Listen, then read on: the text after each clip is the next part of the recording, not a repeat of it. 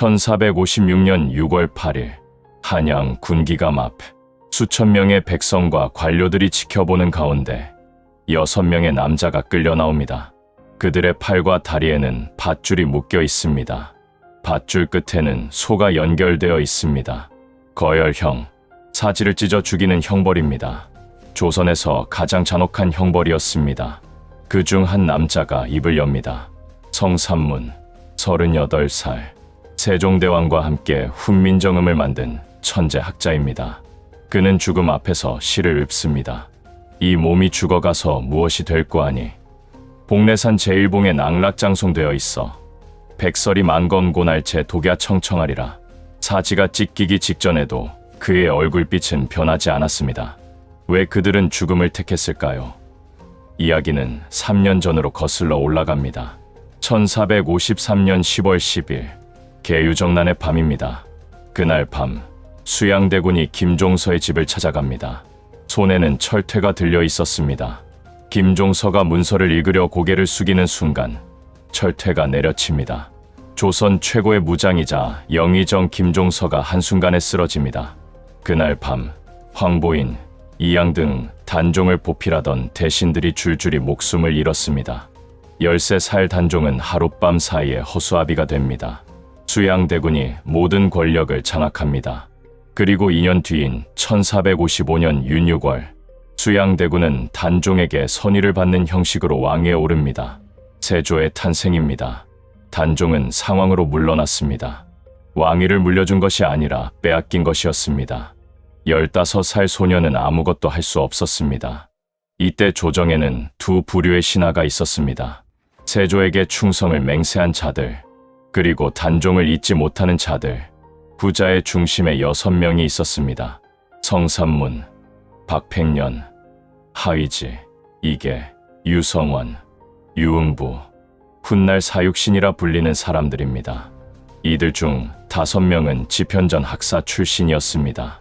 세종대왕의 총애를 받으며 훈민정음을 만든 조선 최고의 인재들이었습니다. 그들은 세종의 유언을 가슴에 품고 있었습니다. 세 손을 잘 보필하라. 성삼문, 사육신의 중심입니다. 1418년생, 봄과는 창녕, 호는 매주컨. 세종 때 집현전에 들어가 훈민정음 창제에 참여했습니다. 그의 이름에는 전설이 있습니다.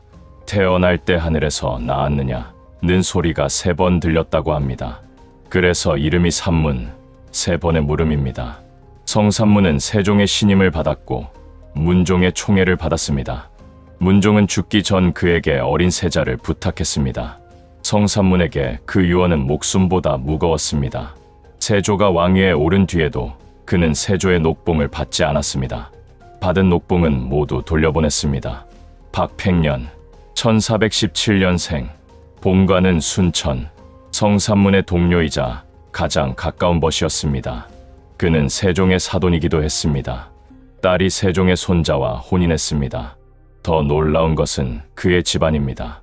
아버지 박중림부터 그까지 사부자가 모두 집현전 학사였습니다. 조선 최고의 학문 명문가였습니다. 박팽년은 시조에도 뛰어났습니다. 훗날 그가 옥중에서 읊은 시조가 전해집니다. 까마귀 눈비 맞아 희는 듯 검노매라. 야광명월이 밤인들 어두우랴. 임 향한 일편단심이야 고칠 줄이 있으랴.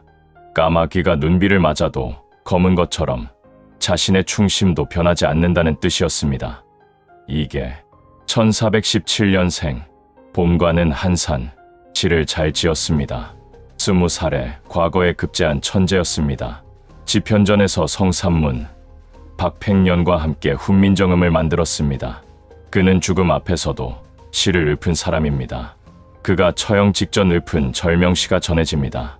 간밤에 눈 갠 후에 산이 어찌 높았던고 구름이 가고 보니 정령산이로다. 어리석다 세상 사람들아. 구름 속의 산을 찾지 마라. 구름이 걷히면 산이 보이듯 세월이 지나면 진실이 드러난다는 뜻이었습니다. 하의지, 1412년생, 봄과는 진주, 사육신 중 최고령이었습니다. 44살, 신중하고 학식이 깊은 선비였습니다. 그는 세종 때부터 집현전에서 성삼문, 박팽년과 함께 일했습니다. 훈민정음 반포에도 참여했습니다. 과묵했지만 의리 앞에서는 물러서지 않았습니다. 유성원, 생년미상, 본관은 무송, 조용하지만 결의가 굳은 사람이었습니다. 집현전 학사 출신으로 사원부에서 근무했습니다. 말수가 적었지만 한번 결심하면 물러서지 않았습니다. 그는 거사가 발각되자 체포되기 전에 스스로 칼을 들었습니다. 동지들의 이름이 고문으로 새어나갈 것을 두려워했습니다. 죽음으로 동지들을 지키려 했습니다. 그러나 완전히 숨을 거두지 못하고 붙잡혔습니다. 고문을 받기 전에 옥에서 숨을 거둡니다. 그리고 유흥부, 사육신 중 유일한 무관이었습니다. 본관은 기계, 호는 병량, 경기도 포천 출신입니다. 무과에 급제하여 세종과 문종의 총애를 받은 장군이었습니다. 칼싸움과 활에 능했고 담력이 남달랐습니다. 그는 청렴결백하기로 유명했습니다. 훗날 그가 처형된 뒤 관에서 가산을 몰수하러 갔습니다. 그런데 재산이 없었습니다. 재상의 지위에 있으면서도 모은 것이 없었던 겁니다. 집에는 낡은 가구 몇 점만 있었다고 합니다. 문관 5, 무관 1, 이 6명이 목숨을 걸고 단종 포기를 계획합니다. 1455년 10월, 세조가 즉위한 지 4개월 뒤 성삼문이 박팽년을 찾아갑니다. 성삼문, 팽년, 이대로 있을 수는 없네. 상황 전하를 다시 모셔야 하네. 박팽년, 나도 밤잠을 이루지 못하고 있네. 선왕의 유언을 저버릴 수 없지 않은가. 두 사람은 손을 맞잡았습니다. 목숨을 건 약속이었습니다. 두 사람은 동지들을 모읍니다. 하위지, 이계, 유성원이 합류합니다. 그러나 문제가 있었습니다. 학자들만으로는 거사를 이룰 수 없었습니다. 칼을 쥘 수 있는 무인이 필요했습니다. 유흥부가 합류합니다. 그는 말합니다. 선비들만으로는 안 됩니다. 칼이 필요합니다. 내가 그 칼이 되겠습니다. 문관들의 계획에 무관의 칼이 더해졌습니다. 거사 계획이 세워집니다. 때마침 명나라에서 사신이 옵니다. 세조가 창덕궁 광열로에서 환송연회를 열 예정이었습니다. 이 연회에서 세조를 제거하기로 합니다. 날짜는 1456년 6월 1일. 완벽한 기회였습니다. 계획은 이랬습니다. 연회장에서 임금을 호위하는 벼룬검, 임금 바로 옆에서 칼을 차고 서는 무사입니다. 이 벼룬검 역할을 유흥부와 성승이 맡기로 합니다. 성승은 성삼문의 아버지입니다. 아버지와 아들이 함께 거사에 나선 겁니다. 유흥부와 성승이 세조를 베고 동시에 한명회와 권람 등 세조의 측근들을 제거한다. 혼란 속에서 단종을 다시 왕으로 모신다. 성공하면 역사가 바뀌는 것이었습니다.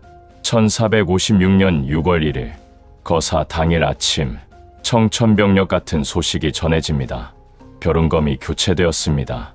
유흥부와 성승 대신 다른 사람이 임금 옆에 서게 된 것입니다. 이유는 알 수 없었습니다. 우연이었을까요? 누군가 눈치챈 것이었을까요? 성삼문이 급히 동지들을 모읍니다. 오늘은 안 된다. 벼룬검이 바뀌었다. 다음 기회를 노리자. 유흥부가 반대합니다. 기회는 지금뿐이오. 다음은 없소. 그는 분노했습니다. 유흥부, 내가 연회장으로 뛰어들어 세조를 베겠소. 성삼문이 만류합니다. 안 됩니다. 혼란 속에 상황이 닥칠 수 있습니다. 유흥부가 한탄합니다. 선비들과는 이를 도모할 수 없군. 우유부단하면 모두 죽소. 그러나 거사는 연기됩니다. 그리고 이 결정이 모든 것을 끝냅니다. 이때 한 사람이 있었습니다. 김질. 그도 거사에 참여하기로 한 동지였습니다. 그러나 그의 마음은 흔들리고 있었습니다. 거사가 연기되자 김질은 불안해집니다. 발각되면 삼족이 멸하는 대역죄. 밤마다 악몽에 시달렸습니다. 아내와 자식들의 얼굴이 떠올랐습니다. 그날 밤 김질은 장인 정창손을 찾아갑니다. 정창손은 세조의 측근이었습니다. 김질은 모든 것을 털어놓습니다. 누가 참여했는지, 계획이 무엇인지 전부 말합니다. 야사에 따르면 정창손은 사위를 보며 이렇게 말했다고 합니다. 이 더러운 놈, 내가 동지를 팔아 목숨을 구하려 하느냐. 그러나 정창손도 연좌될 것을 두려워했습니다. 정창손은 즉각 궁으로 달려갑니다. 세조에게 밀고 합니다. 김질의 배신이었습니다. 동지를 팔아 자신의 목숨을 산 것입니다. 1456년 6월 2일 체포가 시작됩니다. 성삼문의 집에 군사들이 들이닥칩니다. 성삼문, 박팽년, 하위지, 이계, 유흥부 줄줄이 잡혀갑니다. 도망친 사람은 아무도 없었습니다. 그들은 이미 죽음을 각오하고 있었습니다. 세조는 직접 신문에 나섭니다. 사정전, 성삼문이 끌려옵니다. 세조와 성삼문, 두 사람이 마주합니다. 세조, 내가 나를 죽이려 했느냐? 성삼문, 그렇소. 상황 전하를 다시 모시려 했소. 세조, 내가 내 임금이 아니더냐? 내가 너를 벼슬에 앉혔거늘 전해지기를. 성삼문은 세조를 끝까지 왕으로 인정하지 않았다고 합니다. 임금에게 쓰는 전하 대신 나으리라 불렀습니다. 신하가 임금에게 절대 쓸 수 없는 말이었습니다. 세조가 분노합니다. 고문하라. 형리들이 달려듭니다. 달군, 쇠가 성삼문의 다리를 뚫습니다. 팔이 잘립니다. 피가 바닥에 흥건합니다. 그러나 성삼문은 얼굴빛 하나 변하지 않았습니다. 야사에 따르면 그는 이렇게 말했다고 합니다. 다시 달구어 오게 하라. 나으리의 고문은 참으로 가혹하오. 세조가 다시 묻습니다. 내 목숨이 아깝지 않느냐? 항복하면 살려주겠다. 성삼문, 죽어서 서망을 뵙겠소. 나으리를 섬기느니 죽는 것이 나으오. 유흥부도 끌려왔습니다. 무관답게 그는 고문에도 꿈쩍하지 않았습니다. 달군 쇠를 배 아래 놓아도 신음 한 번 내지 않았습니다. 형리들이 두려워할 정도였습니다. 그는 끝까지 동지들의 이름을 말하지 않았습니다. 박팽년도 마찬가지였습니다. 혹독한 고문을 받으면서도 입을 열지 않았습니다. 달군 쇠로 살을 지지고 뼈를 부러뜨려도 그는 비명조차 지르지 않았습니다. 박팽년은 결국 고문을 이기지 못하고 옥중에서 숨을 거둡니다. 그러나 세조는 분이 풀리지 않았습니다. 박팽년의 시신마저 거열형에 처합니다. 이미 죽은 사람의 몸을 찢은 것입니다. 유성원의 시신도 마찬가지였습니다. 1456년 6월 8일 군기감 앞 경장이 마련됩니다. 성삼문, 이계, 유흥부가 끌려 나옵니다. 백관들이 지켜보는 가운데 거열형이 집행됩니다. 사지가 찢기는 소리, 그러나 비명은 없었습니다. 이계는 형이 집행되기 직전까지 시를 읊었습니다. 태연했습니다. 그가 마지막으로 읊은 시, 간밤에 눈 갠 후에 산이 어찌 높았던고, 진실은 언젠가 드러난다는 믿음이었습니다. 하위지는 다른 사육신과 달리 차명에 처해졌습니다. 거열형보다는 덜 잔혹한 형벌이었습니다. 이유는 기록에 남아있지 않습니다. 그러나 그의 죽음도 비극이었습니다. 그들의 머리는 3일간 저자거리에 효수됩니다. 아무도 시신에 다가가지 못했습니다. 그날 밤 어둠을 틈타 한 사람이 시신을 수습합니다. 일설에 따르면 생육신 김시습이었다고 전해집니다. 그는 몰래 시신을 거두어 노량진 언덕에 묻었습니다. 처형은 여기서 끝나지 않았습니다. 연좌제, 가족들이 줄줄이 잡혀갑니다. 박팽년의 집안은 3대가 몰살당합니다. 아버지 박중림은 능지처사, 형제 5명, 아들 3명, 총 9명이 처형됩니다. 그러나 기적이 일어났습니다. 박팽년의 며느리가 만삭이었습니다. 그녀는 옥중에서 아들을 낳았습니다. 이 아이가 박비입니다. 며느리는 아이를 지키기 위해 노비의 딸과 바꿔치기 했습니다. 박팽년의 핏줄은 이렇게 살아남았습니다. 성삼문의 아버지 성승도 함께 처형됩니다. 아버지와 아들이 같은 죄목으로 죽은 겁니다. 성삼문의 동생들, 아들 넷도 모두 죽었습니다. 여자들과 아이들은 노비가 되어 공신들에게 나눠집니다. 실록에는 누가 누구에게 갔는지 상세히 기록되어 있습니다. 정인지에게, 한명회에게, 신숙주에게, 사육신의 아내와 딸들이 원수의 집에서 노비로 살게 된 것입니다. 배신자 김질은 목숨을 건집니다. 공신에 책봉되고 높은 벼슬을 받습니다. 그러나 역사는 기억합니다. 김질의 후손 중에 김자점이 있습니다. 인조 때 영모를 꾀하다 멸문당합니다. 배신의 대가였을까요? 그리고 신숙주. 성삼문과 함께 집현전에서 훈민정음을 만든 동료였습니다. 세종은 신숙주에게도 당부했습니다. 새 손을 잘 보필하라. 그러나 신숙주는 세조의 편에 섰습니다. 계유정난에 가담했고 단종의 처형을 강력히 주장한 것도 그였습니다. 영의정까지 올랐습니다. 그러나 역사는 그를 배신자로 기억합니다. 숙주나물, 쉽게 상한다 하여 그의 이름을 붙였다는 속설이 있습니다. 235년이 흐릅니다. 1691년 숙종, 사육신이 복권됩니다. 역적의 누명이 벗겨집니다. 1758년 영조, 사육신에게 이조판서가 추증됩니다. 1791년 정조, 단종 충신어정배식록에 이름이 오릅니다. 죽어서 충신이 되었습니다. 그러나 그들이 원한 것은 벼슬이 아니었습니다.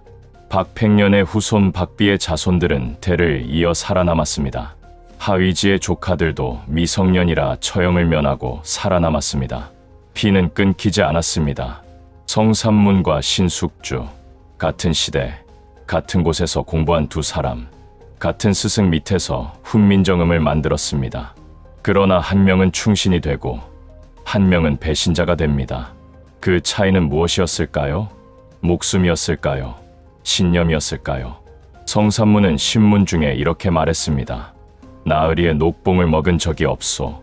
그는 세조의 신하가 되기를 끝까지 거부했습니다. 홀로 푸르게 서 있겠다. 눈이 천지를 덮어도 변하지 않겠다. 그것이 사육신의 대답이었습니다. 그들은 목숨보다 의리를 선택했습니다. 여러분은 어떻게 생각하시나요? 사육신의 선택은 충성이었을까요? 어리석음이었을까요? 그리고 신숙주의 선택은 현명함이었을까요? 배신이었을까요? 댓글로 의견 남겨주세요. 오늘 영상이 유익하셨다면 구독과 좋아요 부탁드립니다. 다음 영상에서 또 뵙겠습니다.